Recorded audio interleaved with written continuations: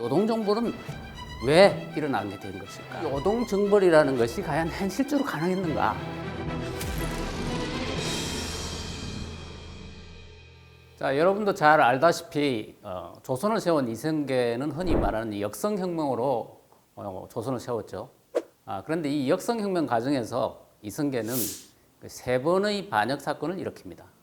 우리는 대개 이성계가 1388년에 위화도 해군을 한 그 이후에 바로 조선을 세운 걸로 알기 십상인데, 사실은 위화도 해군은 1388년에 일어났고 이성계가 조선을 세운 때는 1392년이죠. 그러니까 이 4년 동안 이성계는 고려 왕조에 대해서 세 번의 반역 사건을 일으키게 됩니다. 그 첫 번째 반역 사건이 뭐냐면 위화도 해군이죠. 첫 번째 반역 사건이 위화도 해군이라면 두 번째 반역 사건은 창왕을 폐위시킨 사건입니다. 이 창왕을 폐위시킨 사건은 흔히 이 폐가 입진론에 의한 것인데요. 이 폐가 입진론이 뭐냐 하면은 가짜를 폐하고 진짜를 세운다, 뭐 이런 뜻입니다. 이 부분은 뭐 좀 이따 설명하겠지만, 그 다음에 세 번째는 뭐냐 하면 바로 이 정몽주를 죽이고 정몽주를 격살하죠. 그러고 나서 공양왕을 폐위시킵니다.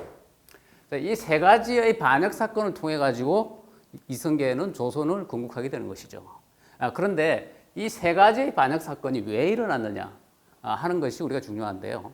이 세 가지 반역 사건 중에 위화도 해군은 최영의 요동정벌과 밀접한 관련이 있습니다. 이 최영이 요동정벌을 내세우게 되는데, 이 요동정벌은 왜 일어나게 된 것일까? 그리고 이 요동정벌은 과연 현실성이 있었을까? 자, 이 부분에 대해서 우리가 좀 따져보고 지나갈 필요가 있을 것 같아요. 자, 지도를 한번 보면, 자, 우리 지도가 이렇게 되죠.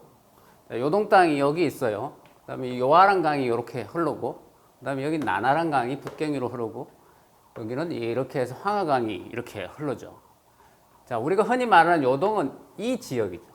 우리가 만주라고 주로 지칭하지만 당시의 실제적인 요동 지역은 어디냐 하면은 요 북쪽 지역이 아니고 요 아래쪽 요 지역입니다. 이 위에 이 지역은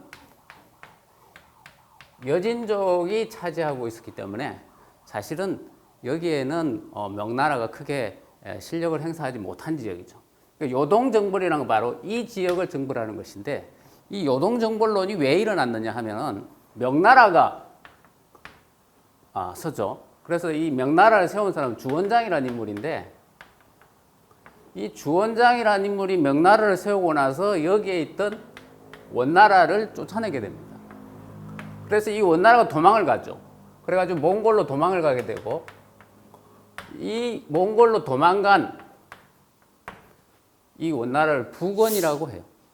그러니까 이 명나라가 이 원나라가 가지고 있던 땅을 다 차지하고 나서 과거에, 자, 우리 한반도를 이렇게 지도를 보면 여기가 함흥이고 이 지역 주변에 쌍성 총관부라는 걸 세워가지고 이 지역을 자기들 땅으로 다스리게 되죠.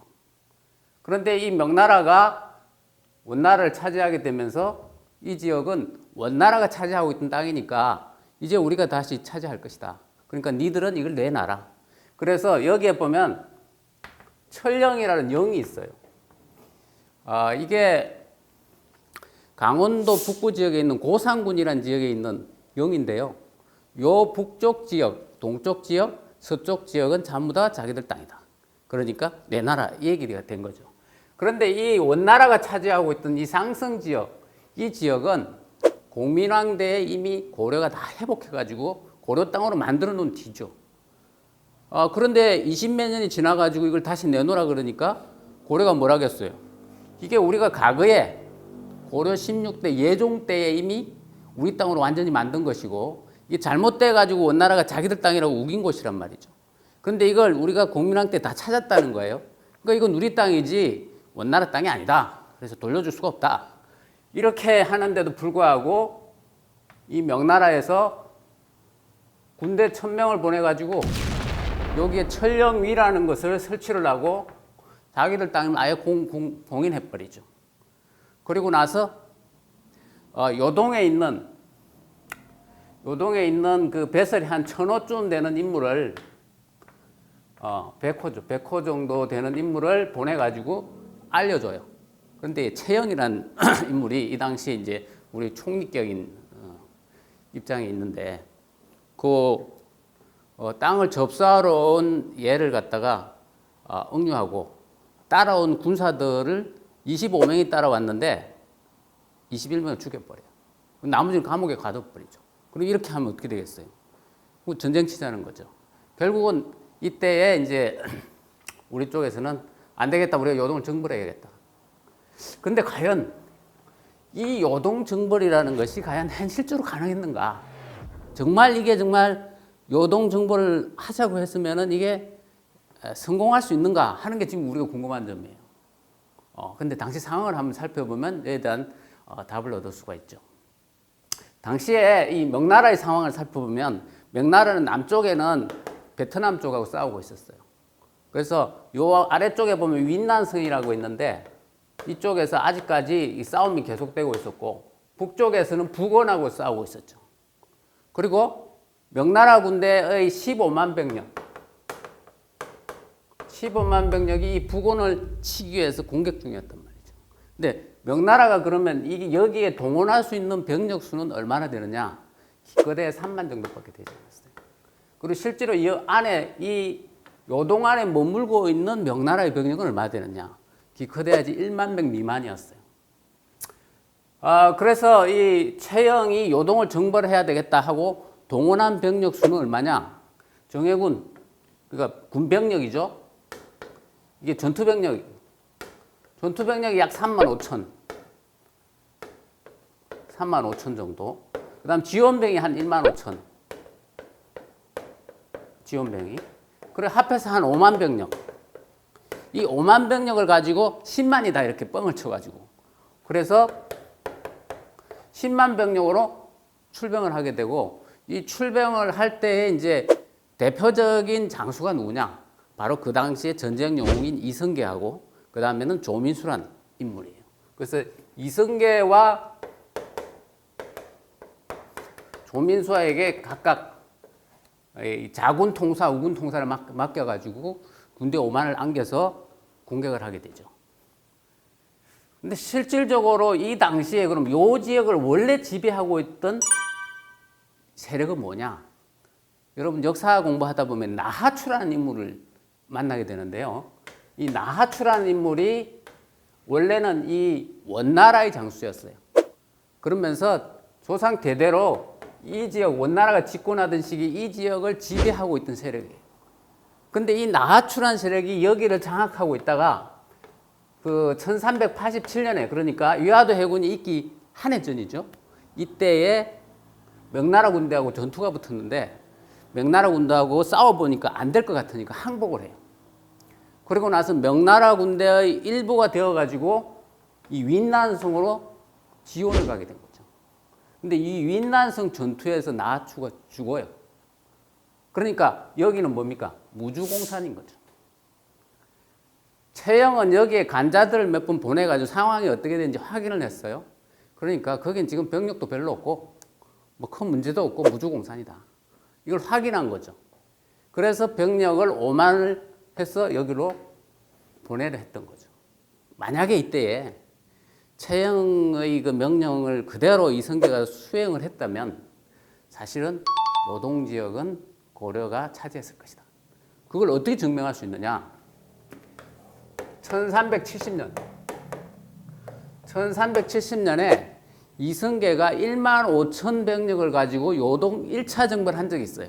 이 공민왕 시절이죠. 그리고 이때 성공했어요. 그래가지고 공민왕 시절에 1차 요동 정벌을 해서 여기를 다 차지하고 요동성을 함락시켰어요. 그런 경험이 있단 말이죠. 그 이성계를 여기서 이 우장으로 택한 가장 큰 이유는 요동을 정벌한 경험이 있었기 때문에 요동 땅을 너무나 잘 알고 있다는 거예요. 그런 의미에서 이성계를 앞에 내세우고 또한 이성계는 당시에는 이게 이 장군들이 되게 사병들을 많이 이끌고 있었는데 이성계의 사병이 굉장히 뛰어난 사병들이었어요. 그래서 이성계를 앞세운 것은 이성계의 사병들이 굉장히 전투 능력이 뛰어났기 때문에 이성계를 앞세운 거고 이성계의 어떤 지휘 능력도 상당히 뛰어났기 때문에 그렇게 한 거죠. 그래서 실질적으로 우리가 지금 생각하기를 이 큰 땅을 갖다 우리가 어떻게 차지할 수 있었겠어? 고려같이 작은 나라가 이렇게 생각하는데 그 사실 오산이에요. 왜냐하면 우리가 일반적으로 요동 그러면은 이 만주 지역 전체를 생각하는데 실제로는 그렇지 않아요. 만주 지역이 북부 지역은 나중에 명나라가 전체를 다 통일하고도 여기 차지 못했어요. 여기는 나중에 여진족들이 자치구를 형성해요. 그 자치구가 커져가지고 나중에 청나라를 이뤄요.